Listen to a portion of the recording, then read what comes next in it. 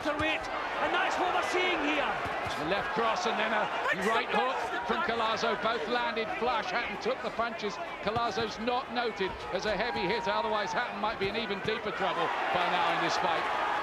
I think Hatton's punches are slowing a little bit as well. They don't have the impact, they don't have the speed. He's not dominating this man the way they planned to do. He's just somehow got to try and tough this out and see if he can outwork Collazo and maybe get it on the scorecards. That looks the best plan of action at the moment. Just keep on walking forward, throwing punches. But this is a tough, tough job. This guy has been seriously underrated, I would say. Seriously underrated. Well, Ian, you talk about a plan B, but Ricky can't look for a plan B. He can't outbox this guy. Is that damage on the gloves? That's just the table, just covering it up. Yeah. See, Don King didn't sign him for nothing. Zab Judah actually recommended to Don King that he signed Luis Collazo. Well, it was a good bit of advice, wasn't it? We're seeing why. But Ricky can't alter his tactics. He can't outbox this fellow. He has to overpower him. And we don't know, can he do that? Does Hatton have an answer for this crisis? I said mini crisis, but I think it might be a full-blown one. Let's see. Straight right starting to work for him. He's beginning to pick those.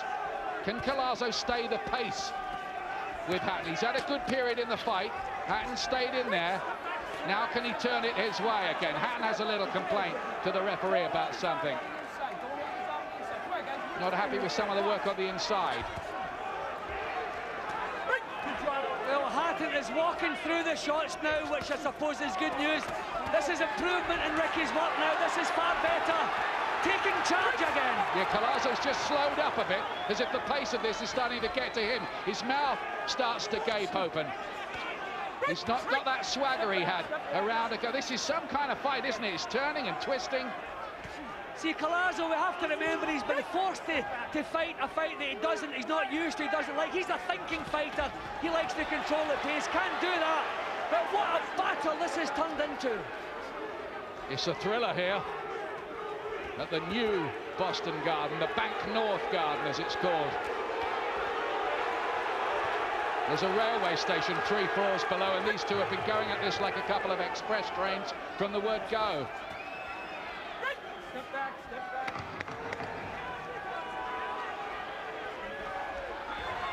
This is good pressure from Hatton. He's sucked it up and has come back with something. Yep, he's managing to get himself into the driving seat again. Good round for Hatton. All the credit in the world to Hatton there, because it did look as if he was being out-slicked, out-thought, out-boxed. You wouldn't want to be Ray and Cara, would you now, watching this? Look, there's Matthew as well, who's you've already seen on this card winning his brother. To be honest, you bring yourself down to his level. You're going to fight it now, look, I'm telling you, you're going to fight it now.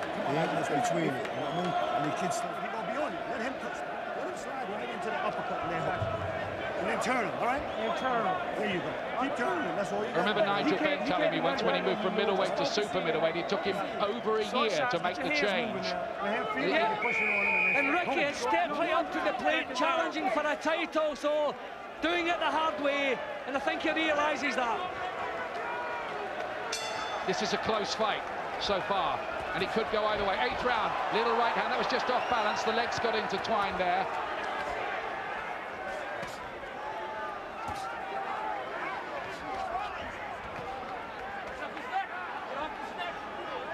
I think the American fans, though, as we thought, are going to love Hatton's style, aren't they? It's exciting, isn't he, every time? Never stops coming forward. Little signs now that maybe he's made that first major dent in Collazo. I did say now and again Collazo's happy to let Hatton take the play, but he doesn't look all that happy at the moment.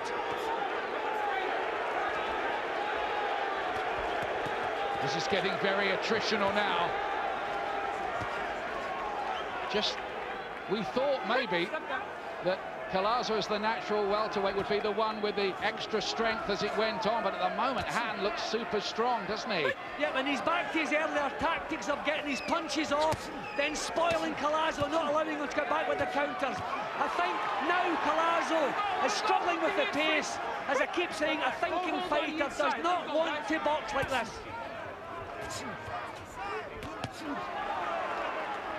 He doesn't want to, but he's been doing it pretty well.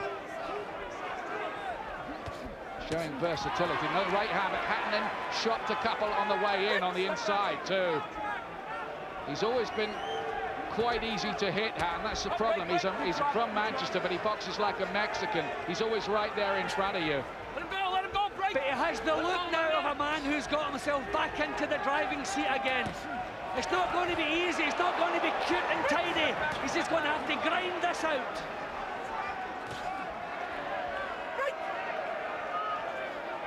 Bundles collazo up against the rope. He's had a lot of success with that well-disguised straight right in this fight, Hatton. They've worked on that in the gym, and it's worked a treat for them in the fight. Oh, massive right. Collazo bounces off Hatton's chin.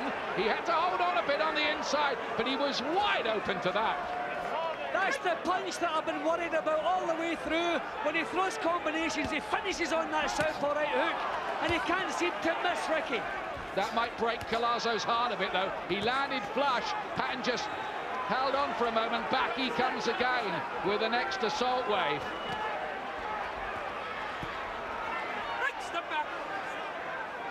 But Ricky is using up a lot of steam, although he's in the driving seat. This is still heavy weather, and we keep remembering, in with bigger guys, the longer it goes, the tougher it gets. Great left hook from Hatton. Clubbing punches around the side of the head. Last 10 seconds of the round. Who's going to be strongest down the stretch? Battle of wills and desire now.